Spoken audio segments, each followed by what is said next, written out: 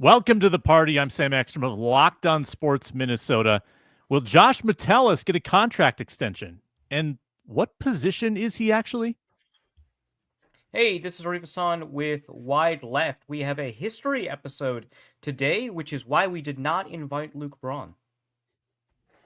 What's going on? Luke Inman at Luke_Spinman. I got a hot take. Jay Ward, he's going to play more snaps than you think this year. Locked On Sports Minnesota podcast. It's endless Minnesota Vikings talk with the diverse voices of your local experts. It's time for the Minnesota Football Party. It's your guys hanging out talking next level Vikings football. So join in with Arif Hasan, Locked On Vikings Luke Braun, Superior Sports Talks Luke Inman, and Vikings insider Sam Ekstrom, plus the biggest names in Minnesota football for the Minnesota Football Party. And it starts now.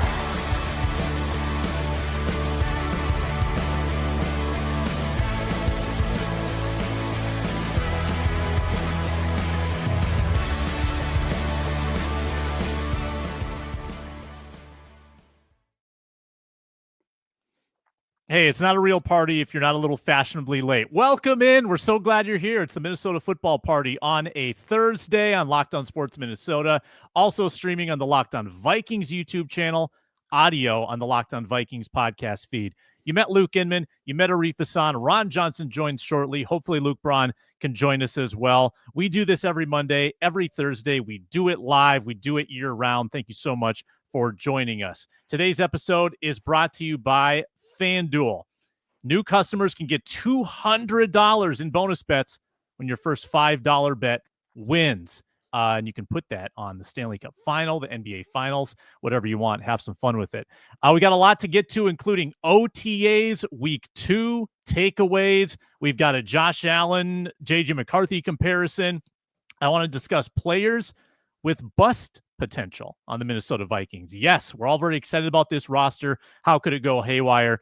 Also, the passing of Jim Marshall. We're so excited. We want to talk about all the ways it could go wrong. We'd like to bring you down and be the wet blanket. Jim Marshall's legacy. We get into that. Lots of good Jim Marshall content I've seen over the last couple of days. Why is he not in the Hall of Fame? And Ron Johnson joins shortly. Also, some internal Vikings drama to dissect later in the show. That'll come much later. We start with OTAs. Josh Metellus appears to be in a hold-in situation, which is not totally surprising. He's like the one outstanding contract situation that's yet to be cleared up. Apparently, he did team drills this week, but didn't do anything else. Was not at OTAs the week before. So he's limited. He's there, kind of. He's doing some stuff. It's not an ear infection situation, Luke Inman. Like he's participating a little bit, but it feels like Josh Metellus is angling for a new contract. Do you think that's coming down the pipeline soon? Well, are we sure he's not in Adam Silver's holding cell? Did we ever talk about him getting a verbal abuse warning, excessive verbal abuse at the Timberwolves game? Did we talk about that? How funny was that? He got so heated and passionate during that OKC series that at one of those home games he was at. And we saw a bunch of Vikings there, right? We saw the JJ connection. Everybody loved that. Aaron Jones was there multiple times, but apparently Josh Metellus was getting into it. He was getting heated, and he must have been barking a little bit too much at one of the refs. He got a warning. And again, I think they called it excessive verbal abuse. So maybe Adam Silver has him in the NBA holding cell right now. But yeah, I do think an extension is coming down the pipeline. As long as Brian Flores is here, Josh Metellus, we saw it last year. He is such an important, vital piece of what Brian Flores likes to do. And that versatility, I think it was a primetime Monday Night Football game. They throw up the graphic. This dude plays literally every position, right? The A-gap, nickel, free safety, in the box, you name it. This guy does it. And to have that versatility and have a guy that is almost starting to act like the Harrison Smith role, being a coach on the field, lining guys up in the right spot, and then going out and making plays post-snap. Brian Flores loves this guy, and obviously things might change with the three safety looks now. Cam Bynum out. Theo Jackson going to have a bigger role. I personally think we'll get to it later. I think Jay Ward's going to have a little bit bigger role than people think as well. But Josh Metellus, I certainly think, given everything we've seen from the KOC Kwesi era, right, the last couple of years, I certainly think they want to lock this guy up, and I don't think the money is really going to be a big issue. Once we finally see a deal done and then see the actual terms, I don't think this is going to like break the bank by any means. Snaps by position last year, PFF snap count data. D-line, 62 snaps. In the box, 493. Slot corner, 320. Wide corner, 29. Free safety, 84. And then plenty of special teams as well. So again, safety, only 84 snaps. He's considered a safety, but he's not. But slot, box, on the line. What do you pay him as? What does he require, Arif? That's the muddy contract negotiation piece of this. How do you negotiate with this guy? Yeah, no, that one's really tough, and I think you really have to take it at like a global level, right? Like you have to think about it just in terms of like what impact does this guy have? If we lose him, what are we losing? And you have to like price that in instead of thinking about, well, the fifth ranked safeties played this much, the fifth ranked linebackers paid this. You're not really going to go anywhere because I don't think you're really correctly understanding the best way to value him. You have to think about, what do we lose if we don't have him, right? And then from there you can start constructing a contract. And what's interesting is that he's only getting paid like $4 million a year, right? The amount that he deserves is obviously much more than that. So I don't know, like it's tough because on air production meeting, I'm turning myself up. Mm-hmm. It's tough because typically when we construct these contracts, we use other contracts at the same position as models, and that's not really useful here. But because we've got a lot more analytical tools to kind of evaluate player impact and stuff like that, we can probably do a better job just kind of pulling him out like in a simulated environment and seeing how many more games you lose or whatever, and using that value instead of saying, hey, like the seventh ranked linebackers paid this much. And because we have those tools, it's a little bit easier. That's probably how I'd kind of begin to craft that offer. $4 million a year. Obviously he certainly deserves more than that. Yeah. What a come up too. Day 3 pick from Michigan, right? Didn't know, is he a safety, corner, hybrid kind of guy, but works his way up on special teams. This is the Rick Spielman era, by the way, and that I want to say that 2020 or 2021 huge draft class, right? With Marcus Epps, Blake Brandel, Kenny Willekes, right? All those day 3 picks, and just watching him work his way up, develop into a true starter, not just a special teams guy, but a true starter and playmaker out on the field. I got to think, to echo Arif's points, that deep down, Josh Metellus knows that if he were to go somewhere else, right? Let's just say he doesn't get a deal done. If he were to go somewhere else, he might not be as valuable in a different system, right? Knowing that maybe this new defensive coordinator doesn't utilize me in the same ways and maximize my versatility, maximize what makes me so good and unique is my versatility. Maybe not, I'm not special and blue chip guy at one position, but I'm really solid at 6 different positions. So I got to think he wants to get a deal done just as much as the Vikings do as well at the end of this. Yeah. And Josh Metellus doing what he does, it really does sort of take the pressure off the CB3 conversation a little bit because they use him so versatilely. You're not going to have your CB3 on the field maybe as much as other teams.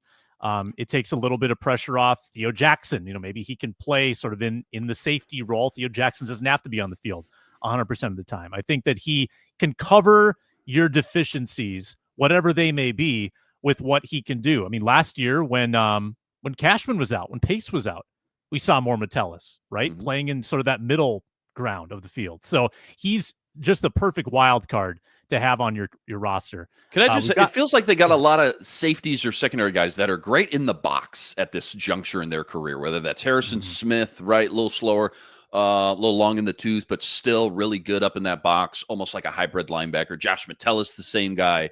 Who's going to be, I think the question that we're still kind of wondering, who's going to be the deep guy? Who's going to be the center fielder? Is that Theo Jackson? We're all assuming it will be, but I guess we just haven't seen him in that role consistently game after game, rep after rep. So just keeping that as we talk OTAs the next couple of weeks in the back of our minds. By the way, loved the Theo Jackson, Ron Johnson sit down on Tuesday. It was really good. We've got Ron Johnson joining soon. Ron, his camera just popped on. I think he's good to go.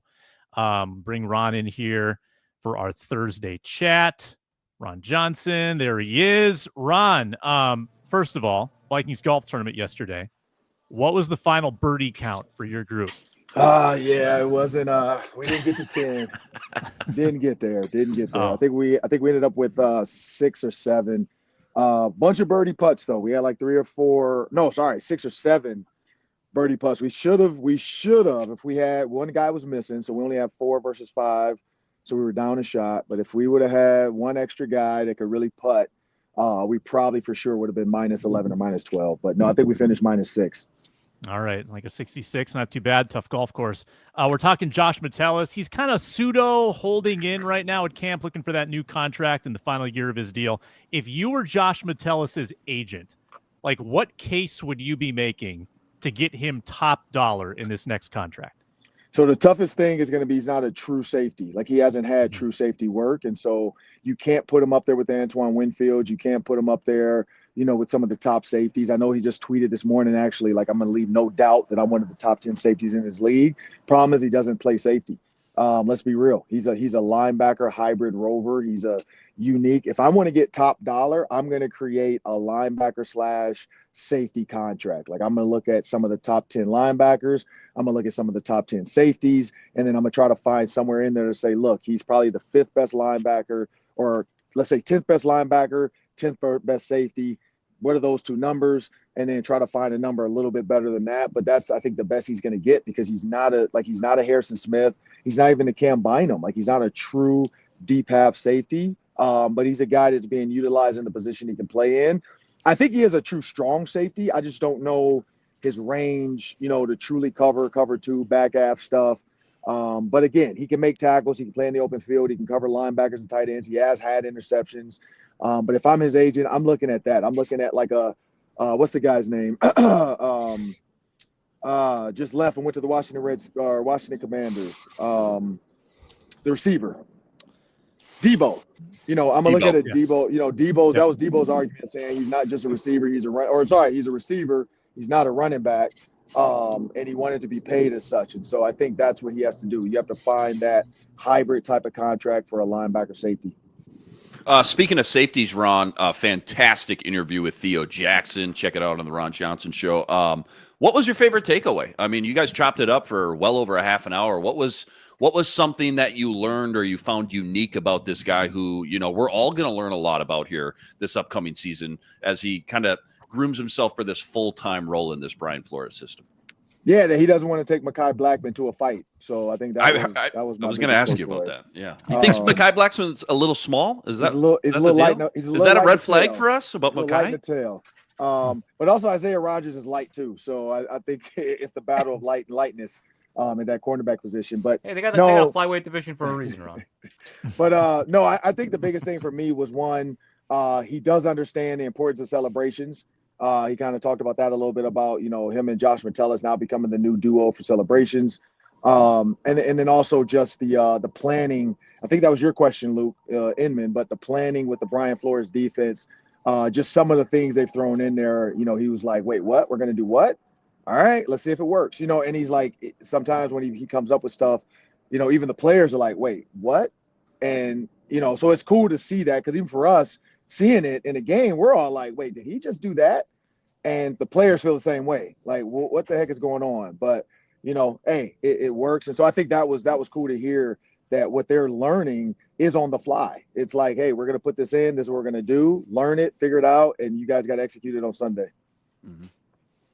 So, Ron, the Vikings place a really strong emphasis on the team's history, right? They bring in legends all the time to talk to the team. It seems like every training camp we get one or two. And obviously, the passing of Jim Marshall has probably impacted a lot of the team. How have they been kind of approaching the this particular event, and how the team connects to the history of the people leaders? They always do these. So that's the one thing about the Vikings. It's a great organization to work for. I think they really take care of the players. I was talking to Robert Tate actually about this, because he asked me, he's like, man, do you be getting all those gifts from the Ravens? And I'm like, yeah. And, not a lot of teams do that, because I asked him, I say, do the Arizona Cardinals do that for you? Because he played for the Cardinals. And he's like, no, man. He's like, they don't send me all that stuff. Like the Ravens The year I got drafted, they sent a brick with that year saying, we kind of built the house that they're living in now. They sent us like a placard of our jersey to, whether you want to put in your office or, whatever. They sent me birthday stuff. They sent me luggage. They sent me some travel stuff. So, they sent me a backpack. So that's the cool thing. And so the Vikings are similar. Like the Vikings partner with Unreal. They partner with Nike. They do a lot of stuff for the players, a lot of giveaways. I think we got shoes at this last golf tournament. Like we got some custom made shoes. So things like that. But that's just hearing like Randall McDaniel, like John Randall got on the microphone yesterday. Randall McDaniel and I talked about it. I think Randall McDaniel and Lester Bagley made a cameo on our football party yesterday. Lester Bagley was in the cart next to me. So I kind of joked, like JJ McCarthy's success is all coming down to the vice president and Lester Bagley. And I could see Sam and Julia's face like, wait, what? And then, of course, I panned the camera over and Lester Bagley, got in the camera, did the peace up sign, and, kind of we joked around about that after. And, it's just kind of cool to see them hanging out. But Dante Culpepper was there. Shout out to Dante Culpepper. He and I got a chance to chop it up. He actually is going to come on the show some point this summer as well. So, stay tuned for Dante Culpepper sighting. He looks the exact same, by the way. Yeah, he does. Dude, it's incredible. Him towering over Sam Howell was comical.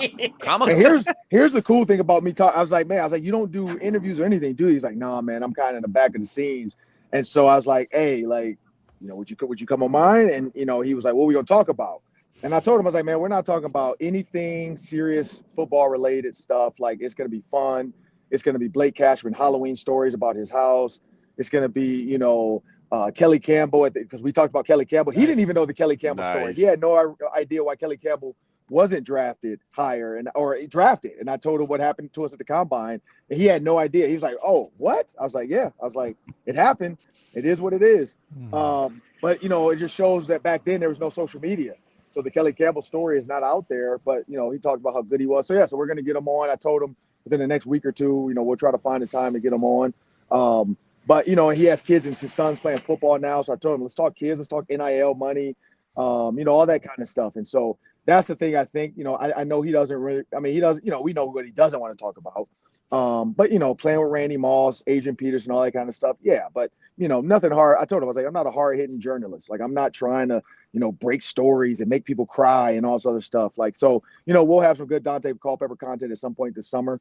But the Vikings do a good job. Those guys wouldn't come back. Brian McKinney, so on and so forth. We had Brian McKinney interview people, by the way. At some point, we'll get it back.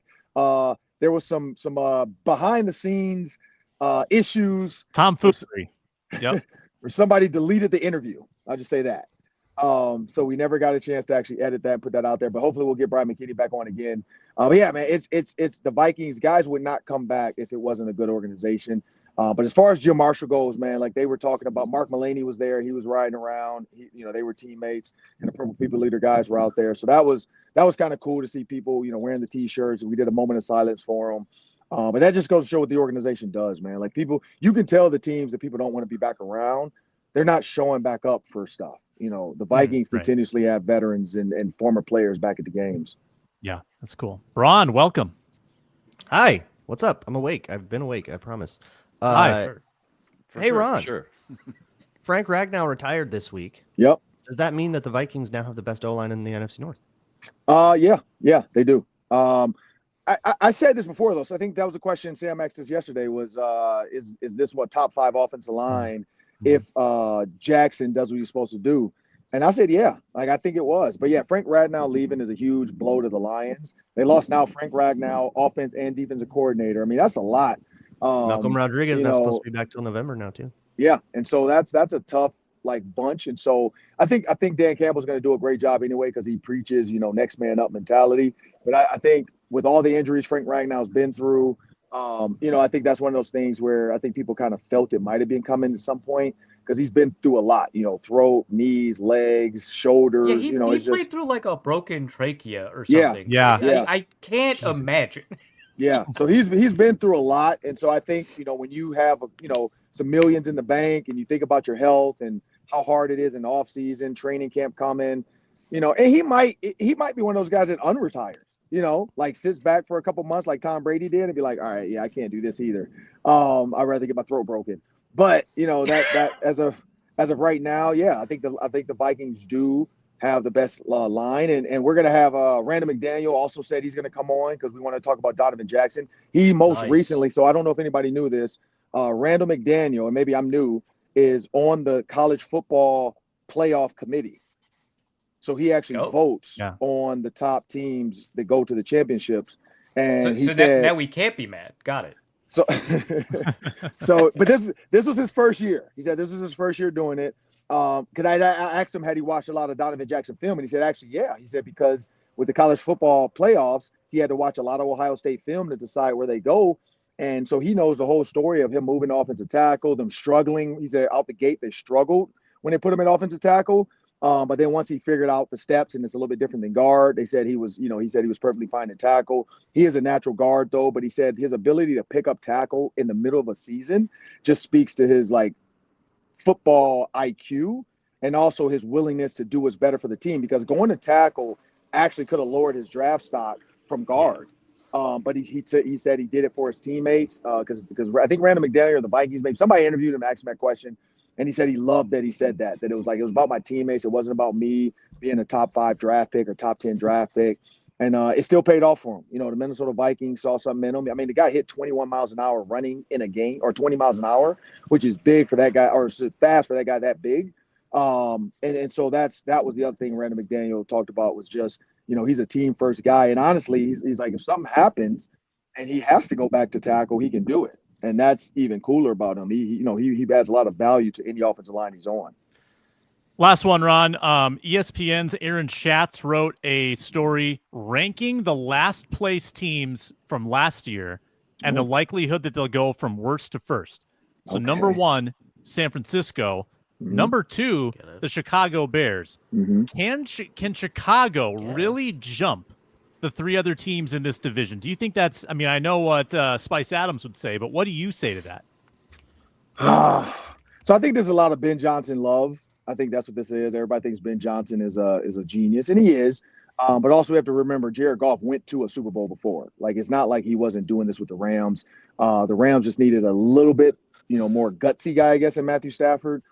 But Caleb Williams, to me, feels like a me guy. At least right now he does. And what that means is he's not going to make the tough throws because he wants to protect himself. He wants to protect his stats. He wants to protect his legacy. He's a blame everybody guy. Like, why do a podcast talking about I really like the Vikings and Kevin O'Connell at this point in your career? Like, there was no point of that. They're in your division. Like, I mean, what did you think you were doing, buttering them up? Like, so a lot of that little stuff to me just feels like Caleb Williams is not ready to make that leap. They do have some young weapons in Rome Duze and the kid they just got out of Missouri. But, and another tight end, I think they got again. So, yeah. I always got to grab another tight end, man. Yeah, you got to grab a tight end. I just don't know if they can. So, no, I don't think they're better than the Packers, Lions, or Vikings, in my opinion. If there's anybody they can potentially jump, it could be the Packers. I would say that's about it. I don't really see them. Like, if the Vikings do what they did, their defense is back and they got better. Their offense is back and they just have a different quarterback. And the Lions are still the Lions. I mean, come on. Until somebody beats them, they're still the best team. Yeah, I mean, I think the NFC North broke the record for best division winning percentage last year. I wouldn't be surprised if they broke their own record. I mean, as good as the division shapes up, I don't think the Bears are going to win this division. But thank you for your input, Ron. Good stuff as always. Check out the Theo Jackson interview. He's at 3Ron Johnson, and on IG, the new account at the Ron Johnson Show. And I did just get a text this morning as well. Lynn Swann and John Stallworth. At some point, we're gonna get them on the show. Mel Blunt just texted me this morning about it, and so I think because I was talking about JJ McCarthy, what's his name? Dante? No, the receivers for the Vikings, Justin Jefferson and Jordan Addison. And so I was talking about 70s, 80s, 90s duos, and so Stallworth and Swan came up, and so Blunt was like, "Hey, just reach out to them." And I was just reaching out to them to ask them a question. I'm like, "Oh shoot, I should just get them on the show and talk about Justin Jefferson." So. Yeah, that's our next step is to get Lynn Swann and John Stallworth on the show. Maybe together, maybe separate, but I definitely got to get them on there. Beautiful. Thanks a lot, Ron. Excellent stuff. Have a good weekend, man. Yep. Have a good one. Mm-hmm.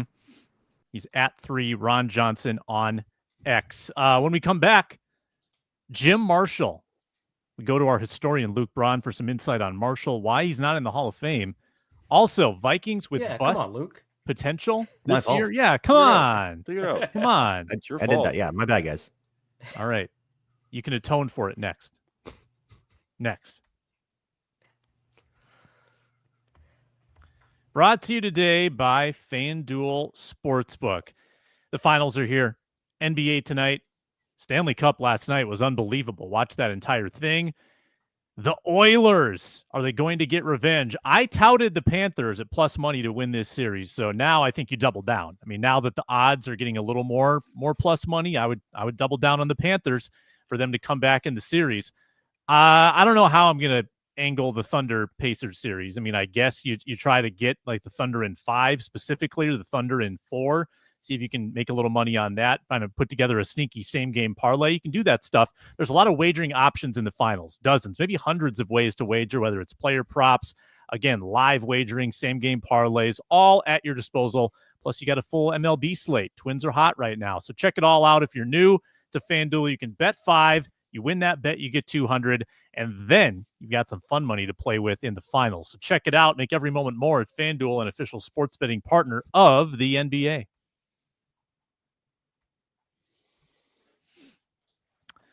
Jim Marshall, gone too soon at the age of 87. Luke Braun, we welcome you once again back to the show. Give us a little ode as our resident historian to Jim Marshall, the Purple People Eater. Yeah, Jim Marshall, one of the most interesting people to ever live, like forgetting football. As a football player, he had all kinds of. And I'm sorry to interrupt. I just to echo that, on what day did he pass? Tuesday? I mean, on Tuesday, I'm seeing Jim Marshall on my Twitter feed jumping out of airplanes, and he's with sled dogs. I mean, he's doing all sorts of. Yeah, it was insane. Go ahead. He's been stranded in the wilderness. Like was about like living life. That was like his mantra was, life is meant to be lived to the fullest, which meant he was always up to some completely insane thing, especially in the off seasons. And he would drag Vikings players on these crazy expeditions. And if you read any like excerpts from what other players would say about him, he was the ringleader. He was like the guy that, you had to like make good with to get into the graces of the team. Which famously didn't go that great for Alan Page when Alan Page showed up and he was like the young guy and Jim Marshall was the elder statesman. There was a little bit of a rivalry and tension there, which of course over time melted away into this beautiful friendship. But forgetting what Jim Marshall did on the field, all the sacks, I think he's a top 10 ever sack getter. Top 20. Top 20. Yeah. Yep. And I'm pretty sure surrounding him on that list, it's like Hall of Famer, Hall of Famer, Hall of Famer, Hall of Famer, Hall of Famer, Jim Marshall, Hall of Famer. He was the lifeblood of the Vikings. The Vikings were Jim Marshall, and Jim Marshall was the Vikings. It was Jim Marshall and the Jim Marshallettes. So to me, absolutely should be in the Hall of Fame. The reason that he is not in the Hall of Fame, I think, are twofold, and both the reasons are stupid. One is that we didn't know have this tallied sack stat until relatively recently, so people really didn't appreciate that. And two, because he's so synonymous with his wrong way run that like Hall of Fame voters that don't otherwise care about the Vikings like only think about him as that guy, and they're like, why would I put that guy in the Hall of Fame? Both of those reasons are incredibly stupid. But these Hall of Fame decisions have been made by stupid people for a long time now, and it's probably not going to change. Maybe it will put posthumously now. I think he deserves that for sure. I think it hurts that he only made 2 Pro Bowls, which probably affected voters at the time as well, because he amassed 130 and a half sacks kind of slowly over time because he was such an Iron Man, but he only had 4 double-digit sack seasons, which, as you said, the sack count wasn't necessarily a thing either. But I did look at his sack count, and there are 20 eligible Hall of Fame members with more sacks than Jim Marshall. 17 of them are in the Hall of Fame. And there's kind of a cutoff, like around 130. Once you get below Marshall, you've got Claude Humphrey, he's in, Derek Thomas, Dwight Freeney, but there's actually not that many. And Von Miller. They're obviously going to deny him a Hall chance because he's only got 129. Right. Yeah, you're right. Not eligible, but yeah, he'll get there. Only 129.5. Yeah, Yeah. come Why'd on, you Vaughn. even do it? Come on, Vaughn. But he's right. He's right in forget what he did, Mike. that top 25 where almost everybody's in the hall.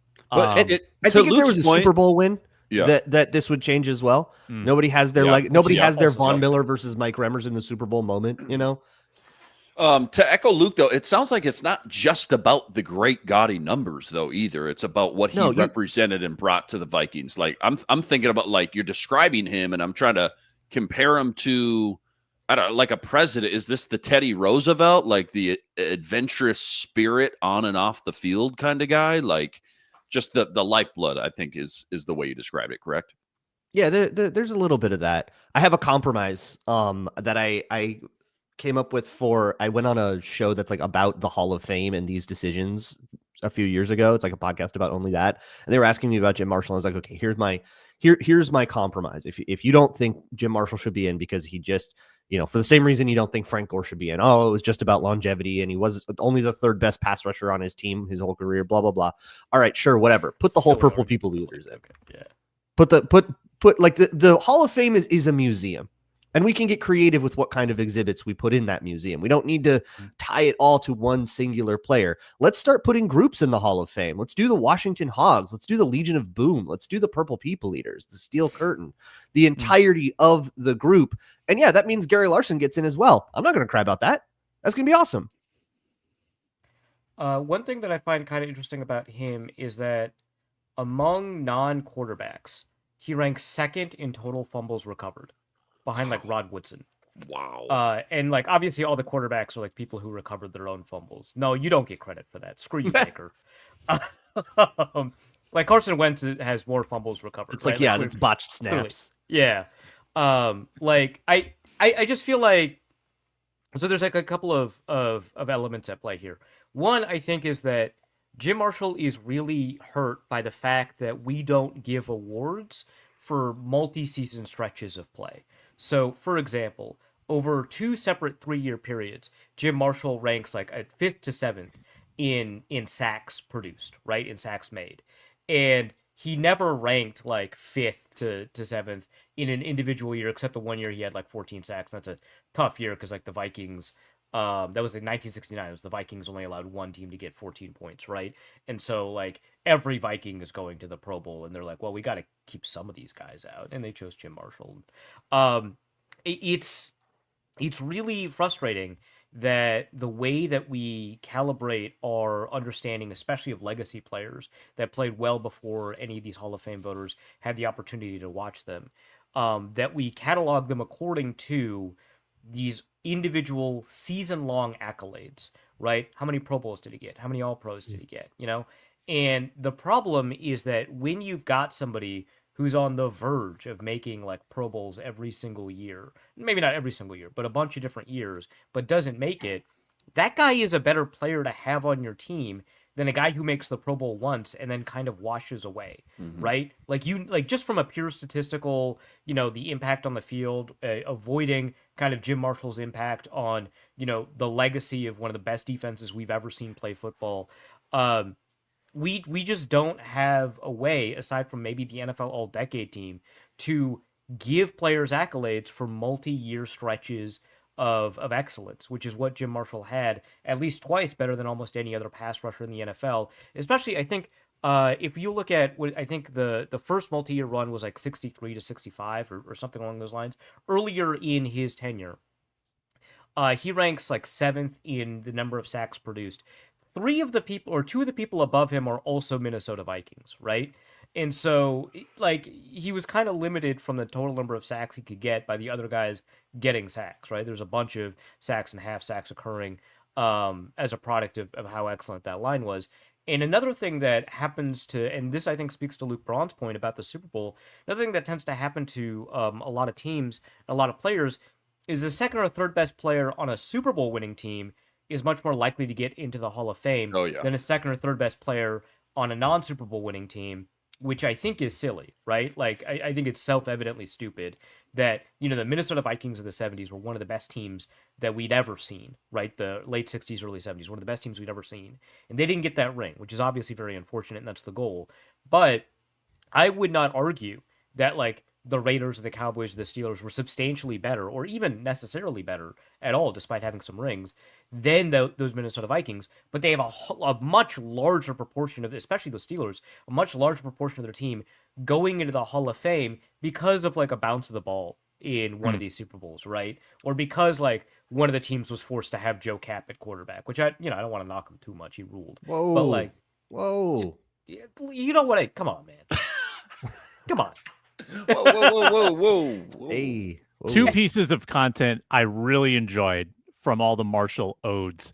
Number one, the stoicism of Bud Grant breaking down, getting emotional, talking about Jim Marshall. When Marshall was still alive, when Grant was still alive, like two legends still alive in the same room with each other.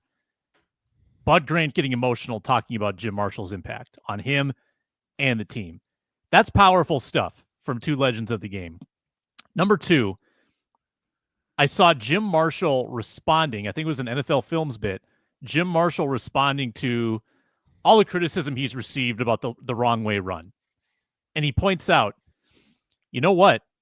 I actually had the strip sack just before that that basically sealed the game for us. And I went to look, and sure enough, fourth quarter, 2017 Vikings lead, Carl Eller, 45-yard defensive fumble return to make it 27-17. The sack, Jim Marshall. Now, his safety came after that and made it a 27-19 game, but no two-point conversion at the time. So that's actually still a two-possession game. So they're good. They were good. Yeah. We're good. Yeah. Just having fun. All right. Keeping you on your toes. Yeah. It is frustrating because like obviously that's like a notable, moment in NFL history. But like one of the obits, actually no, I'll call them out. The Athletics obit leads with the wrong way run. F you, dude. What in the world are we? That's so evil, man. I can't believe you did that. And I'm sure a lot of these obits did. I'm sure, you go around and look at all the obits and people are like, most well known for the wrong way run. It's like, you can change that. Man. You are literally the media, right? You Yeah. can change what he's most well known for, man. You got to stop doing this stuff. When Mark Sanchez dies, man, Mark Sanchez, known for the butt Mark fumble. Sanchez, legendary broadcaster, and by the way, butt fumble guy. That's how they should talk about him. Like, hey, incidentally, a lot of people might remember the butt fumble. I think that's a better way to do it. And the thing is, Jim Marshall did so many notable things throughout his life and his career, like not just as a Minnesota Viking and then outside of the Minnesota Vikings, that you could fill. I mean, literally, you have filled books with who Jim Marshall is and what he's done. I don't know that that's true for Mark Sanchez. Plus, I mean, not everyone's going to want to get into Mark Sanchez's history anyway. It's very clear that, like, the thing about Mark Sanchez is, I guess he was a bust for the Jets. They went to two conference championship games. And also, the butt fumble. Like, that's, I think, notable because he's not a Hall of Fame candidate. Yeah. Jim Marshall is. Why are we leading with the wrong way run? If a game that he helped secure the win for. To me, the Hall of Fame is a legacy thing. Like there's not like a threshold statistically that means, okay, now you qualify for the Hall of Fame. It's never been that way. If it were, we wouldn't be debating about like the Eli Mannings of the world. But it's about legacy. Do you have a Hall of Fame legacy? And Jim Marshall, the answer is so clearly yes. There's one other story that I wanted to tell if people don't know about it. Do you guys know the shotgun story? Tell it. Yeah, I think I read about it in the Star Tribune. Go ahead, tell it. Jim Marshall was once cleaning his shotgun, and it went off into his side. Point blank, shotgun blast to the side. He did not miss the ensuing game. Wow, dude. I mean, this is a guy that broke out of the Superhero. hospital to go to a game. He had He did do that, bronchitis or yes. something like that. Yeah, he and was like against the doctor's advice. He was like, "Nah, I'm Wait, playing." what did he? What? Why was he in there? Why was he in the hospital? I believe He was like it was some asthmatic kind of bronchitis or digestive. something It was like this? Okay. Oh, it might have been digestive thing, appendicitis Okay. Oh, okay. Jesus. or something like. Yeah, that's Or maybe not. But it was some kind of It was like some kind of stomach issue. Yeah, and he was like told he shouldn't play, and he was like, "That's Yeah. interesting Let me look it advice." up. Let me make sure I got that right. Peace. holy cow, that's incredible. Yeah, I mean, pause. Bud Grant said one of the best decisions he ever made was making Jim Marshall a captain. I just come on. yeah. The Grant Marshall dynamic is so rich, and I love hearing Grant talk about him, and vice versa. Go find that if you want some good content Ulcers. on on Jim Ulcers. Marshall. Ulcers? Ulcers, Yeah. dude. Wow. Ulcers. Yikes. Be right back.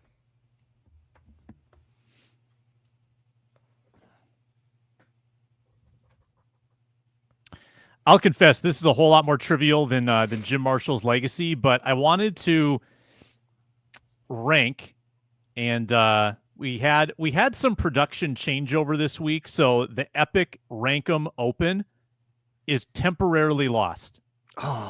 There's going to have to be. I think it can be recovered. I don't know that for a fact. Do we just go a cappella? Do we just glee it?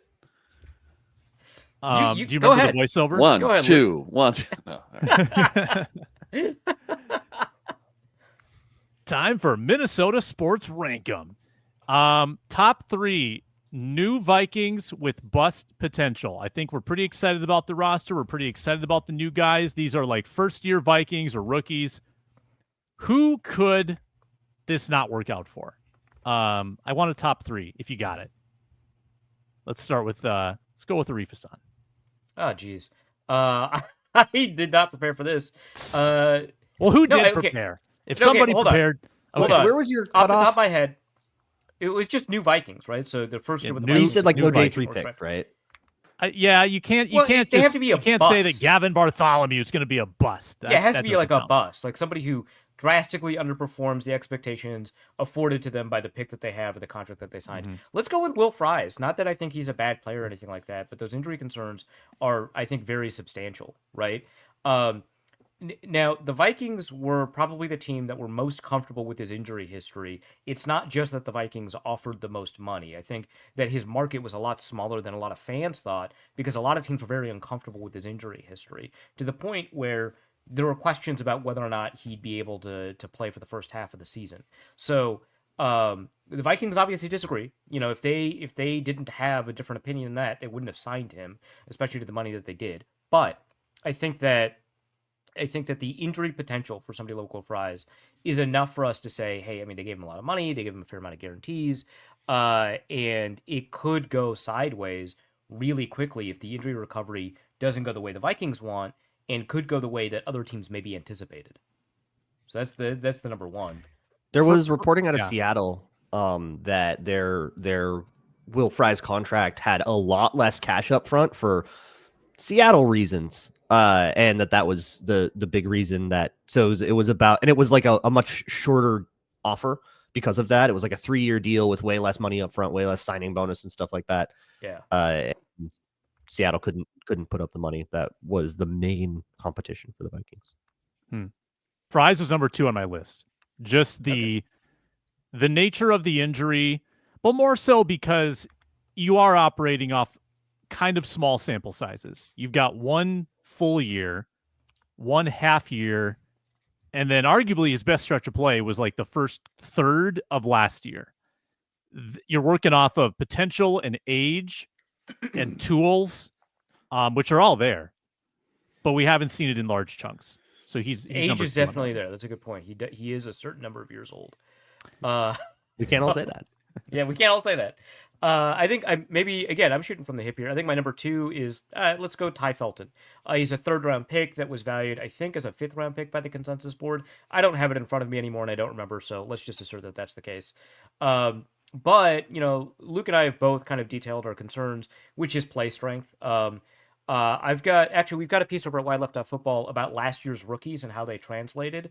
That was done by James Foster. It's a really excellent piece. It has 13 rookies ranked, and one of the things that he kind of catalogs in that piece is every player's play strength from like last year's rookie class. And one thing that you kind of find out is that their ability to assert their strength in routes, their ability to use their strength to get off of jams, that does correlate pretty strongly, at least as rookies, with their initial production, their ability to kind of get open and generate yards and yards after the catch and so on. So I think that is a concern with Ty Felton. I think that as a route runner, he's not as, I think, detailed as somebody who has his weaknesses you would hope for for, if he's got that weakness profile, at least his strength profile is good. And I don't know that his strength profile is good enough for us to say that he's like a 3rd round pick, right? And 3rd round picks don't necessarily start right away, but we do expect them to contribute a little bit at the outset, and then down the road we do expect them to be a significant part of the rotation. I think that that's kind of the expectation that we give 3rd round picks, and I don't know that he'll be able to fulfill those expectations despite his speed. So he's probably 2nd on my list. Hold your number 1. Let's I'll fill in the blanks for me. Was my number 1. You went in forward, front to back. Yeah, because I was doing it off the top of my head, so I wouldn't know who's the most likely. So all right. Okay, well, may as well finish now. What's your number 3? Sam Howell? No, that's not good. That's bad. That's a bad one. Let's go. Javon Hargrave gets blown off the ball. Not a great run defender. I think that a lot of people expect him to be a pretty heavy rotation. And if that's the case, it is possible that his kind of singular use where he's most advantaged is not going to be where we see him a lot, and because of that, we're going to end up seeing him off the field because you can't trust him necessarily against the run. Yeah, Hargrave was on my list too. Hargrave, Fries, and then my 3rd was Okudah, simply because how could he be a bust? He's free. This is why. This is exactly. He's the late round pick of free agents. Yeah, he's making like $2 million. Okay, but it's possible. And by the way, real estate. Remember my famous quote? I said, I'm not out on Okudah. So he's a bust for you, but I semi-like not Okudah, the rest of us. But I actually respect that. I get it. Okudah has been kind of a bust in previous stops, and it seems like the Vikings are expecting him to not be. It seems like the Vikings are expecting him to legitimately contribute when his track record doesn't suggest that, and that could open the door for some bust level disappointment. When you say the Vikings are expecting him, are you basing that off of his $2 million contract, or like the words that they said? Because the words are meaningless. Oh, okay. Well, I guess I shouldn't. They said Brian Asamoah was like Patrick Willis. Come on, Sam. We trust that organization. I respect your pushback because I am the last one to trust the words that come out of the Vikings' mouth for things like this. So you got me. You boxed me in. I think what you're clinging on to, Sam, is the fact that he's in this cornerback 3 competition right now, and he's sharing a lot of reps with Mekhi. So again, to the Vikings, he got a lot of reps before Isaiah Rodgers showed up. Yeah. I had Ty Felton 3. I'm not going to sound too redundant on that. Isaiah Rodgers, just because I feel like he's just one of those things. He could be a disaster. Yeah, that's the thing. Like, there's so many high expectations, I feel like, for Rodgers that are starting to build and build. And in theory, right, the higher the bar, the harder this dude could fall and disappoint just compared to our expectations. Number 1, I had Ryan Kelly, and that's not because he's bad at football or just going to drop off a cliff, but stud in his prime, right? We all know that, but he's just obviously getting up there. He's just the age, the wear and tear on his body, already dealt with injuries the last few years. If he goes down with even like a 4 to 6 week injury, woof, who's next in line? What's that look like for a rookie quarterback, quote unquote rookie, like JJ McCarthy taking the snaps? That could throw a major wrench, I feel like, into KOC's offensive plans and developing JJ McCarthy and this team really taking the next step too. So I don't think he's bad. I just worry about that staying healthy for 16, 17 games. Yeah. I mean, no Bad doubt. Dad Joke in the comments makes a good point that the vibes are not really in Ryan Kelly's favor, right? So Bad Dad Joke says, hey, Vikings fans celebrated Ragnar retiring early, celebrated Bradbury's departure. It's only appropriate now that Ryan Kelly is a disappointment. We're up. Yeah. We're doing punishment. Yeah. That would be more than Will Fries, because it's plug in Blake Brandel. Who's filling in? Michael Juergens, Mason time. Cole, bring him back. Bring back Mason Brett Cole. Jones, come on down. If you thought Garrett Bradbury was too small, let me introduce you to someone 10 pounds lighter. Yeah. For me, I have at number 5 Javon Hargrave for the same reasons Arif mentioned. At number 4, I have Isaiah Rodgers for similars. Isaiah Rodgers, he's not getting paid a lot, but neither did Bashad Breeland, and that didn't make that feel better. It feels like that could be that kind of situation where it's really, we just sort of brought that guy in and just assumed it would be okay. If he's bad, it would be a very pretty easy to construct that narrative. It's before they brought in Stephon Gilmore last year, it was Bobby McCain for a week. It's Bobby McCain a guy? Is that the Okay, dude? I'm not going to defend Bobby McCain, the cornerback on the field. But Fabian that's Moreau. caught. Fabian Moreau. Yeah, it probably would have been Yeah. Fabian Moreau. Number 3, I have Ryan Kelly. I don't have Will Fries on mine. I picked Ryan Kelly because his injuries are far more concerning. It's like neck and back stuff. Yeah. Whereas Will Fries' injury, it's a tibia fracture.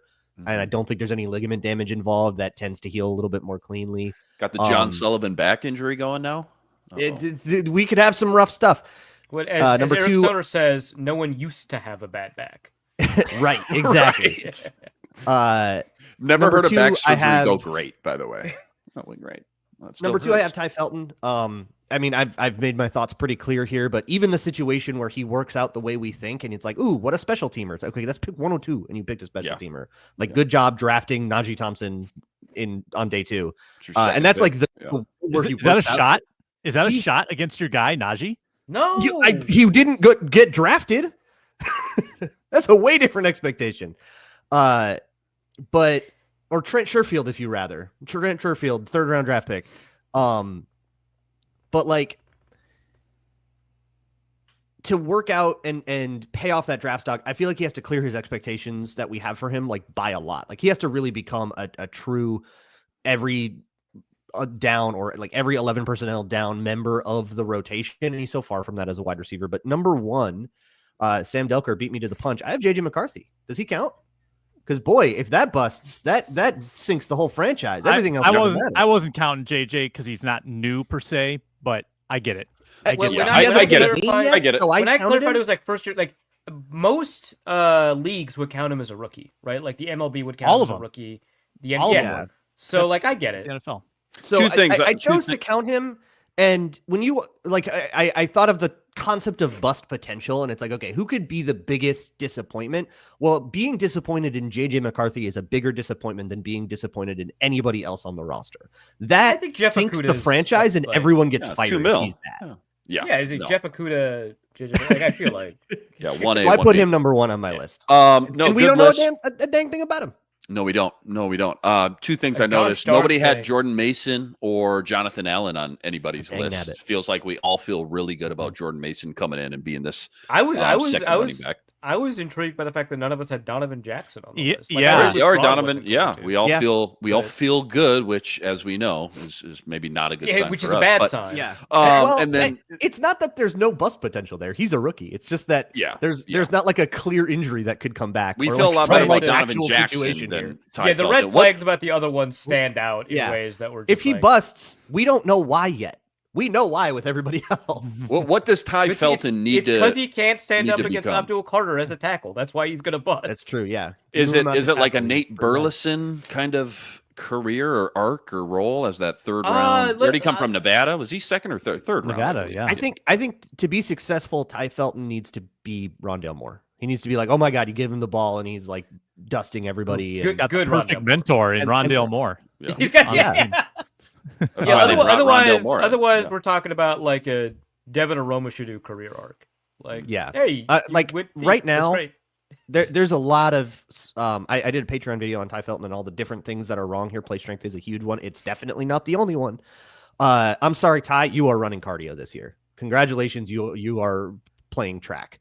You're going to be doing clear outs, and that's about it. So All right. don't draft him in my Official. dynasty league. He's a couple Welcome years Dan out. Chisna to the roster. Yeah, right. Dan Chisna at pick 102. Yes. And by the way, Dan Chisna as a punt gunner too. Can't break down, misses a lot of tackles. So if he is a bust like you are believing that more likely he will be than not, is that another tick against Kwesi and his inability to draft good guys in the Yeah, first? I mean, you first you three add rounds? it to the pile. I for think sure. this one goes firmly in the negative column for Quake. It would have to Absolutely. be. Yeah. Unless I'm super wrong about him. Which I mean, Yeah, I love the- it when Luke is wrong. So I, I mean, would love the, to be wrong about this the one. track record of days 1 and 2 for Quay, like it's a pretty limited sample size. Like he really hasn't had that many days 1 and 2 picks, but a You lot trade of them, you trade for Hawkinson. That took a step back. that's him thinking ahead. I got to trade I away also all my think too. picks Do you have to keep so in that mind I can't be Hawkinson judged? cost Yeah, you right. a couple of those 2nd round picks too? Do you have to kind of put that in the I would equation, like right? for him to keep trading those picks. It works out a lot. He's great at acquiring veterans. He is goated at it. It's incredible how good he is at acquiring. I mean, we'll see. Obviously, we get another free agency class this year, but like, good lord, the disparity between his veteran acquisition strategy and his draft strategy is probably the biggest in the league. I think the last time, our last show, we were talking about like his bust, and someone was like, Ross Blacklock was a pretty bad trade. Is that the worst you could do? Really? Oh no, like a 6-7 swap too, right? Or something? Yeah. I think it was pretty high. It was like a 4th round pick. But Blacklock? maybe I'm wrong about that. No, he didn't Chris Herndon this. We would be way madder. Then you should be. Look it up and see if you're right or I'm right. Okay. All right. We're approaching. That's the worst? Really? Okay. Yeah. No, it's pretty incredible what he's done with existing players in the NFL. 6-7 swap. You're wrong. Oh, 6-7 swap. Okay, it doesn't matter. He traded away Jesse Davis for Ross Blacklock. Oh no. That did happen, yeah. Yeah, no, it's a pick that I think is bad, but we'll see how it goes. It usually comes down to like the next 10 or 20 guys off the board. If there's like somebody good there, then that becomes the narrative for, oh, you could have had so and so, but you picked him. That's part of it. If there's AJ Brown went one pick later. Exactly. And if there's nobody super exciting in the next 10 or 20 picks that like really breaks out, it'll probably just be like a little bit more like, oh, you took Asamoah. It was just a bad class. Nobody was good. There's nobody that came right after Asamoah that you're like, God, you could have had blah, blah, blah. Agreed. That plays a factor for sure. It does scare me a little bit. The last time I saw KOC so excited about an offensive player that he picked outside of Jordan Addison was Ty Chandler. He was just, I love this guy. He's going to be great. And then you watch the draft video, and he was so hyped about Ty Felton. I was like, all right, man, maybe you're a little too biased, dude. Maybe Keenan sold him. A step back a little bit. Do you think he's over leveraged on guys named Ty? Is that a draft weakness of KOC's? Yeah, it's Ty's and Tyler's. Yeah. Uh-oh. Who else is on the list? Ty Chandler, Ty Felton, Tyler. Who? Are there more than 2? Don't worry about it. Think about that during the break. Don't worry about it. Yeah. We're approaching the hour. I think we're going a little long. There is internal Vikings drama happening right now that nobody's talking about. We are going to talk about it next.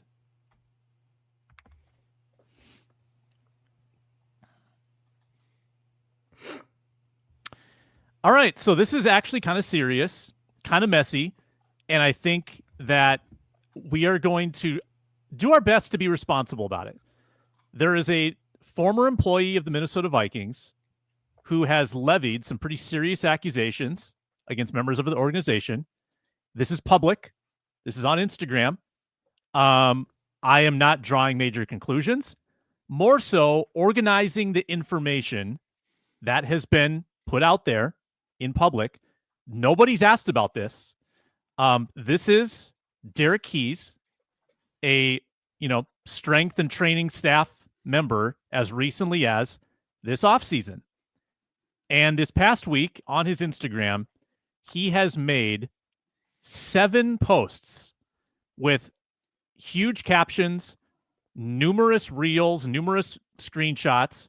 He's presented evidence both from himself and from the Vikings perspective. This is actually good journalism from Keys because he's in some cases given us what the Vikings are saying internally, what they're saying to him. And I think it's all very interesting. And again, the Vikings haven't publicly answered to this yet. But let me just run through what's out there. Derek Keys, May 28th, posts a screenshot of someone in the legal realm, a lawyer of some kind named Joe.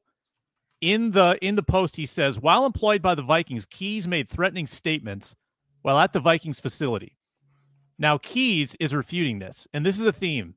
Keys claims that the Minnesota Vikings are gaslighting him, railroading him, trying to destroy his future career. That's a theme of like the posts that he alleges. Again, these are Keys posts alleging that he has been gaslighted, smeared by the Minnesota Vikings.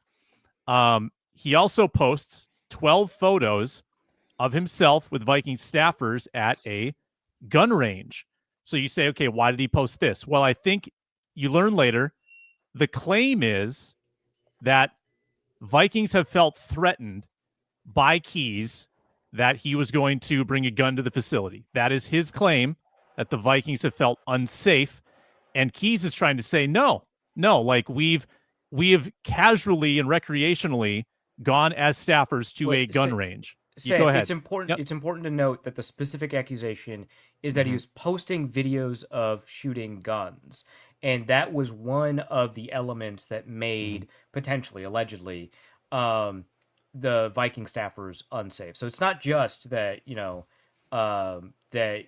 that there are like questions about guns. He's reposting the videos of them at the gun range to demonstrate. Well, no, the videos of shooting are a product of everyone having a good time at a shooting range where all of the Vikings, staff come together to have some fun. And it is not, you're using this as a method of crafting a narrative, allegedly, according to Keys. Yeah, correct. Extraordinarily bad faith to look at those videos and be like, "Oh my God, he's posting about guns." Like, because he went hunting, he went skeet shooting. Like, it's a hobby thing that you can go pay a fee and do. Yeah, it is very interesting because he reposts communications internally from the Vikings about himself. And in the post, someone in the Vikings organization. So the Vikings are saying this about Keys. Keys posts it, to lead his story or his reel on Instagram, and in that it says Keys claimed his threats were only punches/fighting. So Keys is saying, it wasn't guns, it was punches/fighting. So it's in some way it's like he's defending himself, but also self-incriminating. It's all very. I don't know if convoluted is the right word. It's just, it's hard to follow. You're trying to piece it all together through these 7 different posts. And I think there are several themes that emerge. You can go check it out yourself on his Instagram, which again, less than 4,000 followers. The comment count would suggest that very few people are actually seeing this. But this is someone that was a high-ish ranking member of strength and training staff, was offered a promotion this past offseason to replace Josh Hinkst. The Vikings acknowledge this in one of the posts. And then they go on to say that after he was offered the promotion, he eventually declined it, and they agreed for a mutual parting of ways.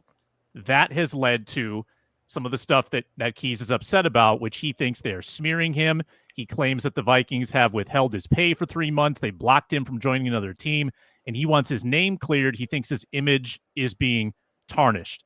Now, there's a lot to get through here, and I don't think we can do it in like perfect fashion, but it is well, and I guess there's another bombshell too that I don't want to go down the road too much. June 2nd posted allegations of workplace misconduct from a high-ranking Vikings coach.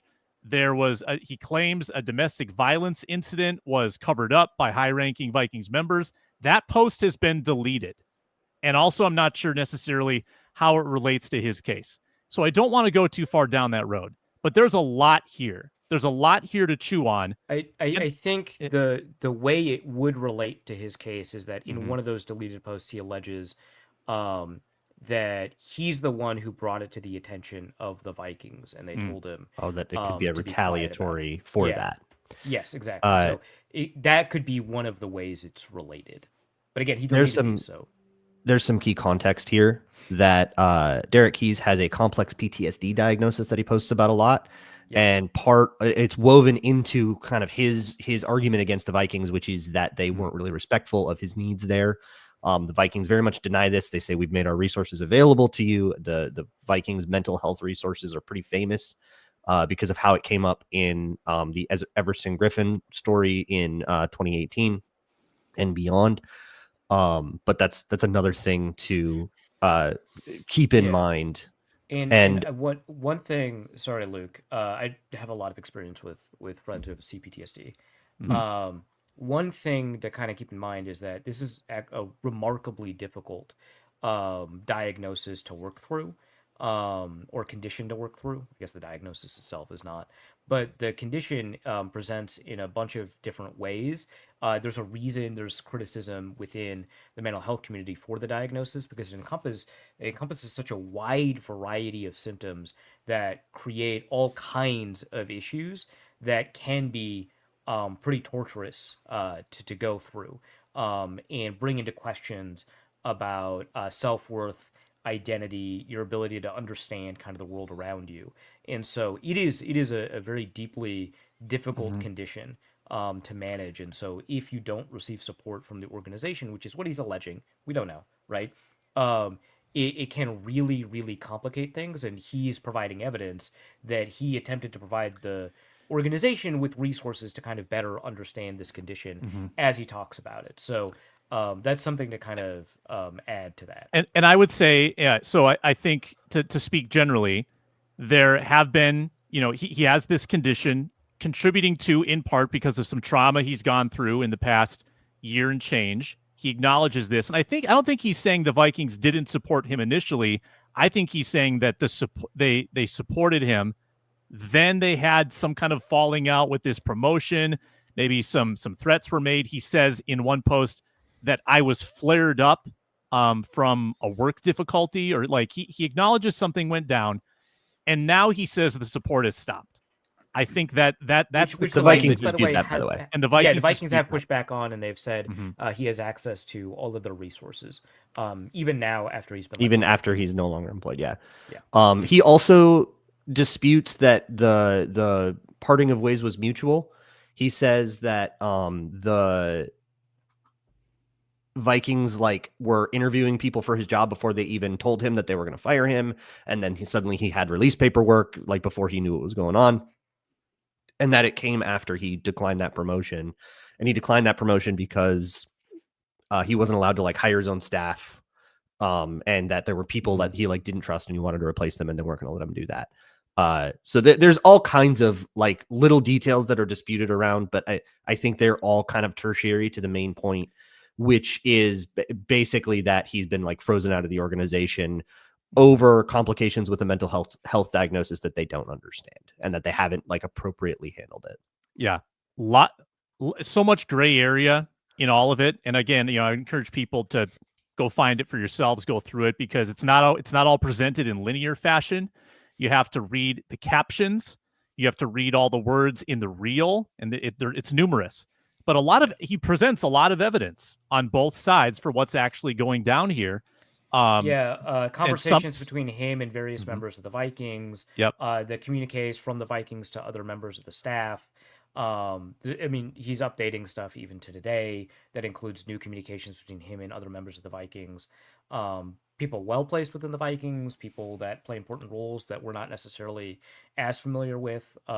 It's all kinds of screenshots and posts and stuff like that. So yeah, a big one is a conversation that seems to be about him selling one of his firearms to Kevin O'Connell, back in 2023. To further kind of prove the point of there's no reason. I'm clearly I sold my. You're gun. fine with me having guns, and you have been until you had a reason not to be. I think it suggests a friendly working relationship with a lot of his coworkers in 23, in 24, and then even in 24 again, he was promoted. He points this out. He's been promoted 3 times in 4 years, and the Vikings acknowledge he was offered another promotion after the season, and that's where something went down.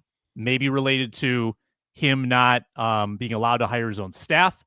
Maybe that led to some emotions. We don't know. That's all. That's the gray area. Yeah, that's what we don't know what happened this offseason. He does admit to some kind of altercation happening at the facility. Something, I don't know if it was physical or verbal or whatever, but there was some episode that happened at the facility that he talks about, that he claims that he takes responsibility for, that he doesn't deny. That's probably playing quite a bit into this. And the last thing I want to say is that I think part of the reason we haven't seen anything on this is because this is the sort of situation that requires some pretty careful journalism. Correct. So if I put myself in the shoes of a Star Tribune reporter, you're going to wait to get some statements. You're going to wait for some people to email you back and really do your due diligence and perhaps a more fleshed out story. will come at a later date. Yeah, I would expect that too.